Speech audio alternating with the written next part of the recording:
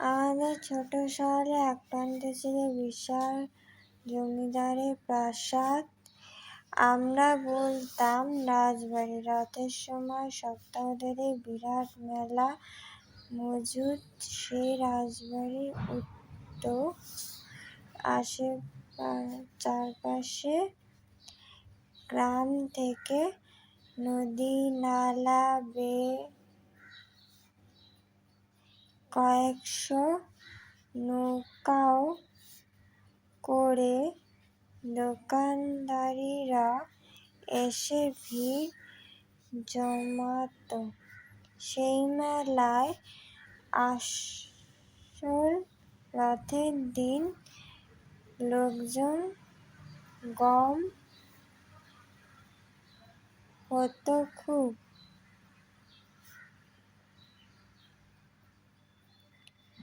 লোক সমাগম হতো খুব। চারিদিকে জল বলে আমরা সেই মেলা মাঠে নৌকো করে যেতাম। ঝিরঝির বৃষ্টির মধ্যে নৌকা করে রথে সেই মেলায় বাড়ি শুধু সকলেই মিলে যাওয়া ছিল বছরের সবচেয়ে বড় মজা।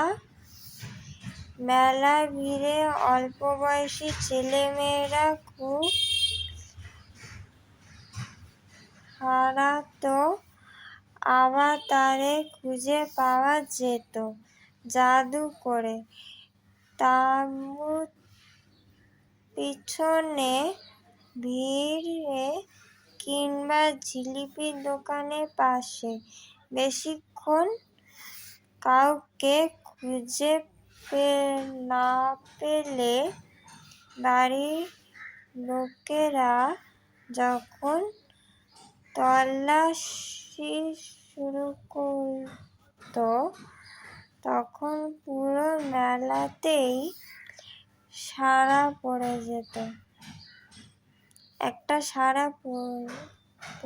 যেত।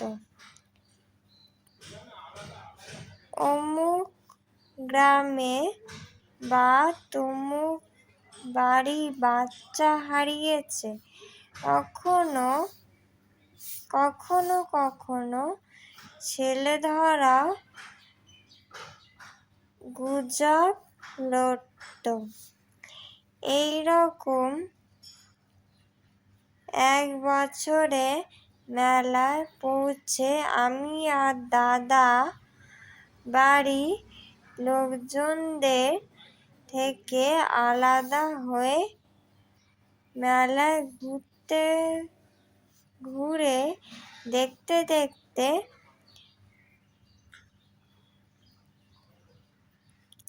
সরগোল শুনলাম কাদের দুটো ছেলে হারিয়েছে। সে বছর ভরা বৃষ্টি। মেলার চারপাশে খালগুলোতে যেমন স্রোত তেমন জল। ছেলে দুটো জলে ডুবে বা ভেসে যেতে পারে এই আশঙ্কায় একদল লোক মেলার চারপাশে খাল পাড় ধরে ধরে খুঁজতে লাগলো তাদের। আমি আর দাদাও কৌতূহলীবশত সেই সন্ধানরত দলের সঙ্গে যোগ দিলাম। যথাসাধ্য চেষ্টা করতে লাগলাম হারিয়ে যাওয়া ছেলে দুটো খুঁজে পাওয়ার।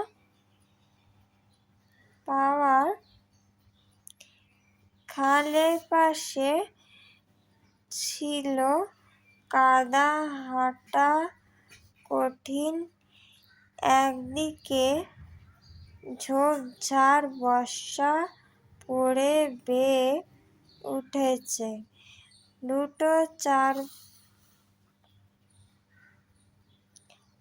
চার আনা দামে রঙিন লাঠি কিনে আমরা দুই ভাই সকলেই সঙ্গেই সেই ঝোপঝাড়। হঠাৎ ভিড়ের মধ্যে দেখি আমরা মুহুরীবাবু।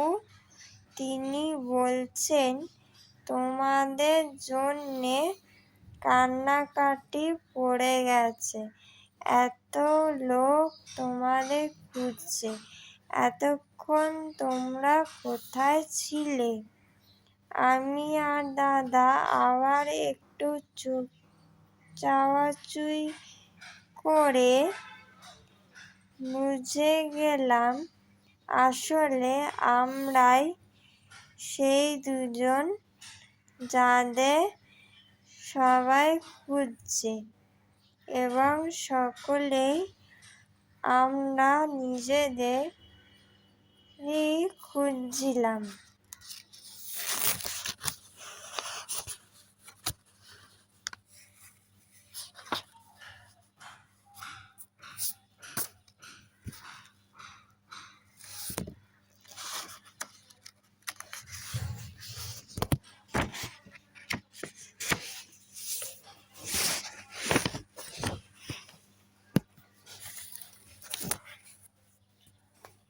চাবি হারানো ছিল গুরুতর ব্যাপার।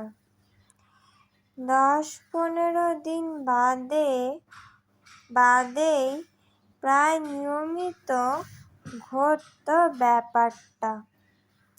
চাবি হারিয়ে যেত, মা কিংবা ঠাকুমার চাবি হারিয়ে ফেলতেন। আজকাল লোকে চাবি হারায়, কিন্তু চাবি হারানো সেই সঙ্গে চাবি খোঁজার মধ্যে এখন আরও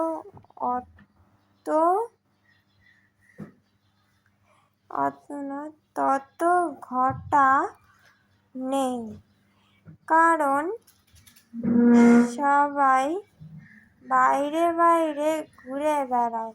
এখন আর কারু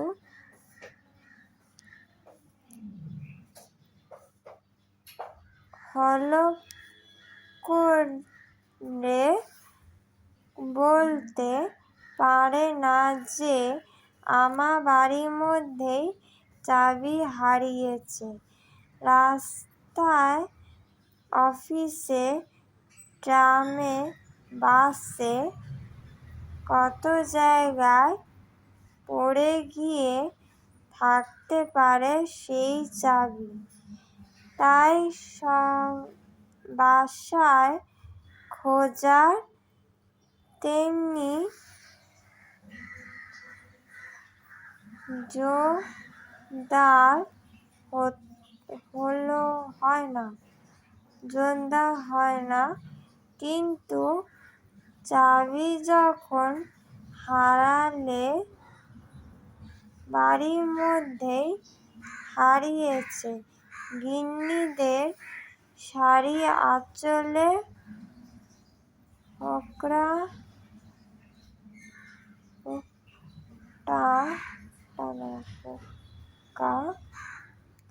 ভিড় দিয়ে বেঁধে রাখত চাবি জোড়া।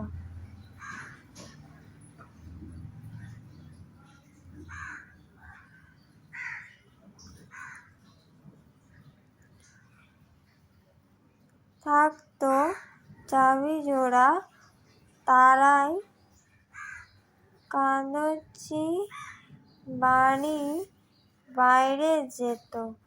শুধু পুকুর ঘাটে স্নান করতে যাওয়ার সময় বা জামা কাপড় বদলাবার সময় চাবি আঁচল থেকে খুলে অন্য জায়গায় রাখতেন।